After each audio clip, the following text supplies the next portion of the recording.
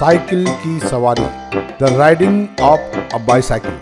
हास्य व्यंग की कोई भी रचना जहां हमें गुदगुदा जाती है, वहीं भीतर कहीं गहरे तक सोचने पर भी मजबूर करती है।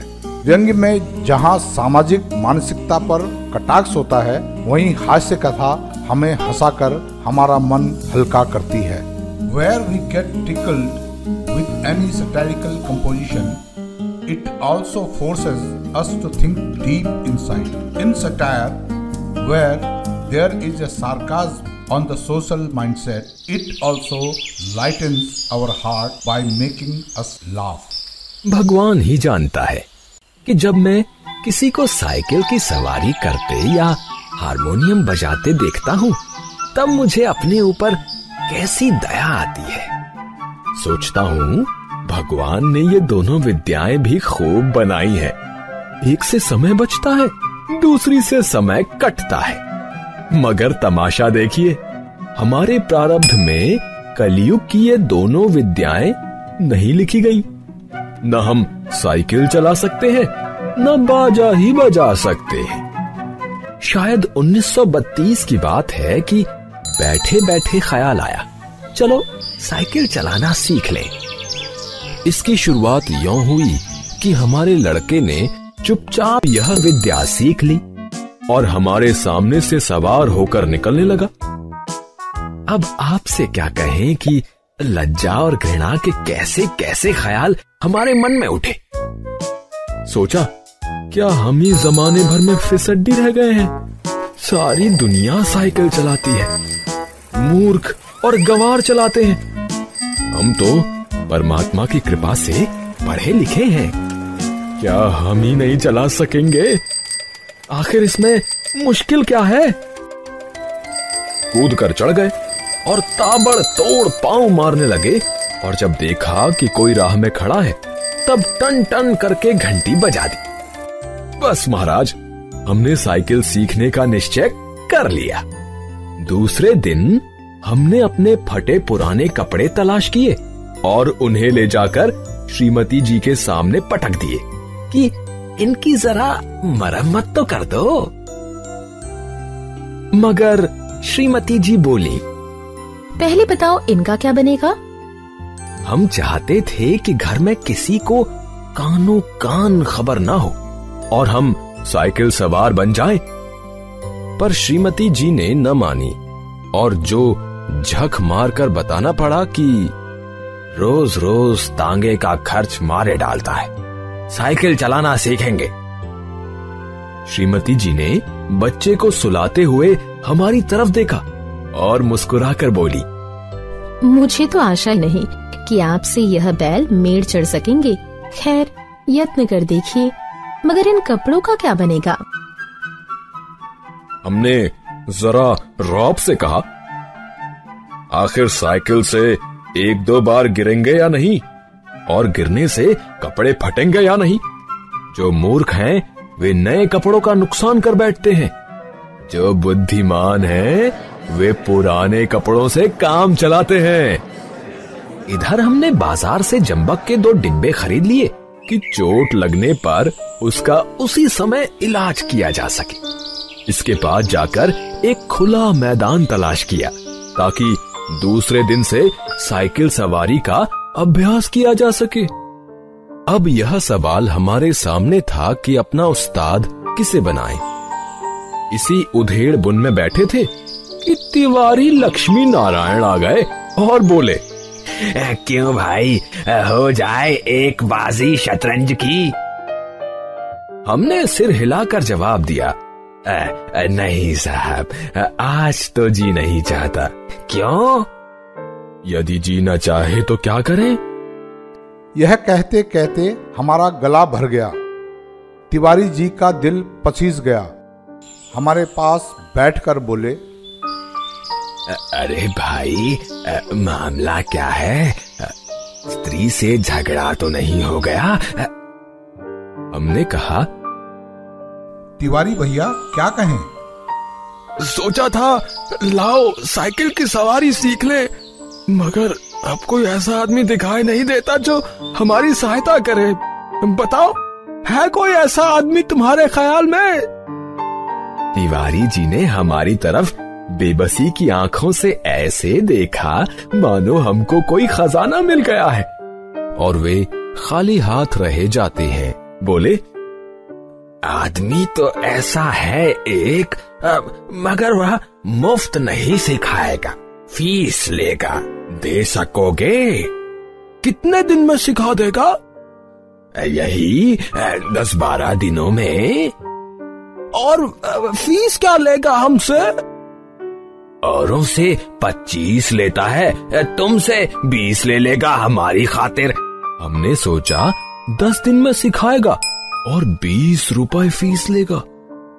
10 दिन 20 रुपए, 20 रुपए 10 दिन, अर्थात 2 रुपए रोजाना, 60 रुपए महीना, और वह भी 1-2 घंटों के लिए। ऐसी 3-4 ट्यूशनें मिल जाएं तो 250-300 रुपए महीना हो गया। इधर तिवारी जी मामला तय करने गए, उधर हमने यह शुभ समाचार जाकर श्रीमती जी को सुना दिया कि कुछ दिनों बाद हम ऐसा स्कूल खोलने वाले हैं जिसमें 300-400 रुपए महीने की आमदनी होगी। श्रीमती जी बोली, मैं तो चाहती हूँ कि तुम हवाई जहाज चलाओ। ये साइकिल क्या चीज है? पर तुम्हारे स्वभाव से डर लगता है। एक बार गिरोगे तो देख लेना, साइकिल वहीं फेंक भाग कर चले आओगे। इतने में तिवारी जी ने बाहर से आवाज दी। हमने जाकर देखा तो उस्ताद साहब खड़े थे। हमने श्रद्धा से हाथ जोड़कर प्रणाम किया और चुपचाप खड़े हो गए। तिवारी जी बोले, यह 20 पर मानते ही न थे, बड़ी मुश्किल से मनाया है, पेशगी लेंगे। कहते हैं पीछे कोई नहीं देता। अरे भाई, हम देंगे। दुनिया लाख बुरी है मगर फिर भी भले आदमियों से खाली नहीं है। ये 20 रुपया तो चीज ही क्या है। एक बार हमें साइकिल चलाना सिखा दे, फिर देखें हम इनकी क्या क्या सेवा करते हैं। मगर उस्ताद साहब नहीं माने। बोले, फीस पहले लेंगे, और यदि आपने नहीं सिखाया तो? नहीं सिखाया तो फीस लौटा देंगे। और यदि फीस न लौटाई तो? इस पर तिवारी जी ने कहा, अरे साहब, क्या यह तिवारी मर गया है? शहर में रहना हराम कर दूं, बाजार में निकलना बंद कर दूं, फीस लेकर भाग जाना कोई हंसी खेल है? जब हमें विश्वास हो गया कि इसमें कोई धोखा नहीं है, तब हमने फीस के रुपए लाकर उस्ताद को भेंट कर दिए और कहा, उस्ताद कल सवेरे ही आ जाना, हम तैयार रहेंगे। हमने इस काम के लिए कपड़े भी बनवा लिए हैं, और अगर गिर पड़े तो चोट पर लगाने के लिए जंबक भी खरीद लिया है। और हाँ, हमारे पड़ोस में जो मिस्त्री रहता है उससे साइकिल भी मांग ली है। एक बात कहना भूल गए, नंगे पांव भागे और उन्हें बाजार में जा पकड़ा। वे हैरान थे। हमने हांफते हांफते कहा, उस्ताद, हम शहर के पास नहीं सीखेंगे। लॉरेंस बाग में जो मैदान है वहां एक तो भूमि नरम है, चोट कम लगती है, दूसरे वहां कोई देखता नहीं है। अब रात को आराम की नींद कहाँ। जब आंखें खुली तो दिन निकल आया था। जल्दी से जाकर वे पुराने कपड़े पहन लिए, जंबक का डिब्बा हाथ में लिया और नौकर को भेजकर मिस्त्री से साइकिल मंगवा ली। उसी समय उस्ताद साहब भी आ गए और हम भगवान का नाम लेकर लॉरेंस बाग की ओर चले। लेकिन अभी घर से निकले ही थे कि बिल्ली रास्ता काट गई और एक लड़के ने छींक दिया। क्या कहें, हमें कितना क्रोध आया उस नामुराद बिल्ली पर और उस शैतान लड़के पर, मगर क्या करते, दांत पीस कर रह गए। एक बार फिर भगवान का नाम लिया और आगे बढ़े, और बाजार में पहुंचकर देखा कि हर आदमी जो हमारी तरफ देखता है मुस्कुराता है। अब हम हैरान थे कि बात क्या है। सहसा हमने देखा कि जल्दी और घबराहट में पजामा और अचकन दोनों उल्टे पहन लिए हैं और लोग इसी पर हंस रहे हैं। सिर मुंडाते ही बोले पड़े। हमने उस्ताद से माफी मांगी और घर लौट आए। दूसरे दिन फिर निकले। रास्ते में उस्ताद साहब बोले, मैं एक गिलास लस्सी पी लूं, आप जरा साइकिल को थामिए। उस्ताद साहब लस्सी पीने लगे तो हमने साइकिल के पुर्जों की ऊपर नीचे से परीक्षा शुरू कर दी। फिर कुछ जी में आया तो उसका हैंडल पकड़कर जरा चलने लगे, मगर 2 ही कदम गए होंगे कि ऐसा मालूम हुआ जैसे साइकिल हमारे सीने पर चढ़ी आती है। दूसरे ही क्षण साइकिल पूरे जोर से हमारे पांव पर गिर गई और हमारी राम दुहाई बाजार के एक सिरे से दूसरे सिरे तक गूंजने लगी। उस्ताद लस्सी छोड़कर दौड़े आए और दयावान लोग भी जमा हो गए। सबने मिल मिलाकर हमारा पांव साइकिल से निकाला। पूछा, चोट तो नहीं आई? जरा 2-4 कदम चलिए, नहीं तो लहू जम जाएगा। इस तरह दूसरे दिन हम और हमारी साइकिल दोनों अपने घर से थोड़ी दूर पर ही जख्मी हो गए।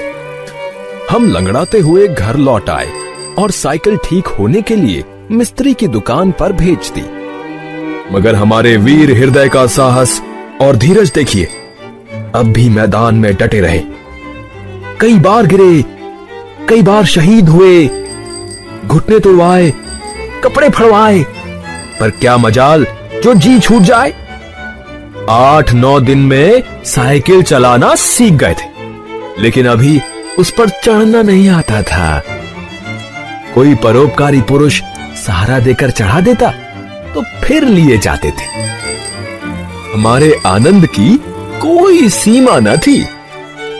सोचते थे मार लिया मैदान हमने, 2-4 दिन में पूरे मास्टर बन जाएंगे, इसके बाद प्रोफेसर, फिर ट्रेनिंग कॉलेज और 300-400 रुपए मासिक। तिवारी जी देखेंगे और ईर्ष्या से जलेंगे। उस दिन उस्ताद ने हमें साइकिल पर चढ़ा दिया और सड़क पर छोड़ दिया कि ले जाओ, अब तुम सीख गए। अब हम साइकिल चला रहे थे और दिल ही दिल फूले ना समाते थे। मगर हाल यह था कि कोई आदमी 200 गज के फासले पर होता तो हम गला फाड़ फाड़ कर चिल्लाना शुरू कर देते, साहब जरा बाईं तरफ हट जाइए। दूर फासले पर कोई गाड़ी दिखाई देती तो हमारे प्राण सूख जाते। उस समय हमारे मन की जो दशा होती उसे परमेश्वर ही जानता है। जब गाड़ी निकल जाती तब कहीं जाकर हमारी जान में जान आती। सहसा सामने तिवारी जी आते हुए दिखाई दिए। हमने उन्हें भी दूर से ही अल्टीमेटम दे दिया कि तिवारी जी बाईं तरफ हो जाओ, वरना साइकिल तुम्हारे ऊपर चढ़ा देंगे। तिवारी जी ने अपनी छोटी छोटी आंखों से हमारी तरफ देखा और मुस्कुराकर कहा, जरा एक बात तो सुनते जाओ। हमने एक बार हैंडल की तरफ, दूसरी बार तिवारी की तरफ देखकर जवाब दिया, इस समय बात कैसे सुन सकते हैं? देखते नहीं हो साइकिल पर सवार है। तिवारी जी बोले, तो क्या जो साइकिल चलाते हैं वे किसी की बात नहीं सुनते हैं? बड़ी जरूरी बात है, जरा उतर जाओ। हमने लड़खड़ाती हुई साइकिल को संभालते हुए जवाब दिया, उतर जाए तो फिर चढ़ाएगा कौन? अभी चलाना सीखा है, चढ़ना नहीं सीखा। तिवारी जी चिल्लाते ही रह गए। हम आगे निकल गए। इतने में सामने से एक तांगा आता नजर पड़ा। हमने उसे भी दूर से डांट दिया, बाई तरफ भाई, अभी नए चलाने वाले हैं। तांगा बाईं तरफ हो गया। हम अपने रास्ते पर चले जा रहे थे। एकाएक पता नहीं घोड़ा भड़क उठा या तांगे वाले को शरारत सूझी, जो भी हो, तांगा हमारे सामने आ गया। हमारे हाथ पांव फूल गए। जरा सा हैंडल घुमा देते तो हम दूसरी तरफ निकल जाते। मगर बुरा समय आता है तो बुद्धि पहले ही भ्रष्ट हो जाती है। उस समय हमें ख्याल ही ना आया कि हैंडल घुमाया भी जा सकता है। फिर क्या था, हम और हमारी साइकिल दोनों ही टांगे के नीचे आ गए और हम बेहोश हो गए। जब हम होश में आए तब हम अपने घर में थे और हमारी देह पर कितनी ही पट्टियां बंधी थी। हमें होश में देखकर श्रीमती जी ने कहा, क्यों, आप क्या हाल है? मैं कहती ना थी साइकिल चलाना ना सीखो। उस समय तो किसी की सुनते ही ना थे। हमने सोचा लाओ सारा इल्जाम तिवारी जी पर लगा दे और आप साफ बच जाएं। बोले, यह सब तिवारी जी की शरारत है। श्रीमती जी ने मुस्कुराकर जवाब दिया, यह तो तुम उससे चकमा दो जो कुछ जानता ना हो। उस टांगे पर मैं ही तो बच्चों को लेकर घूमने निकली थी कि चलो सैर भी कराएंगे और तुम्हें साइकिल चलाते भी दिखाएंगे। हमने निरुत्तर होकर आंखें बंद कर लीं। उस दिन के बाद फिर हमने साइकिल को हाथ नहीं लगाया।